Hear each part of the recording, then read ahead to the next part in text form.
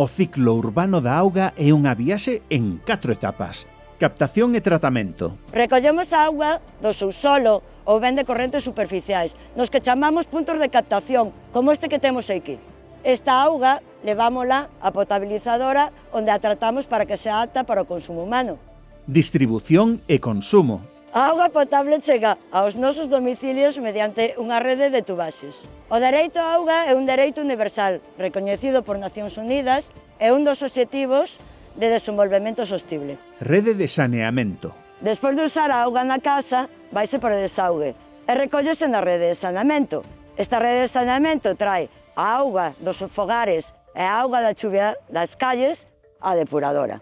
O saneamento de augas evita moitas doenzas graves, como o cólera, a hepatite A ou a disentería. Depuración. Cando a auga chega á depuradora, temos que sacarlle os contaminantes para poder devolvelo ao medio natural. O coñecemento científico e técnico é fundamental para a xestión sustentable dos recursos hídricos. Permítenos comprender o ciclo da auga e o que chamamos hidroloxía, modelar os seus fluxos e a súa calidade, integrar a ecoloxía e desenvolver tecnoloxías eficientes para o rego, tratamento e mesmo facer que a auga salgada sexa doce, é dicir, a desalinización.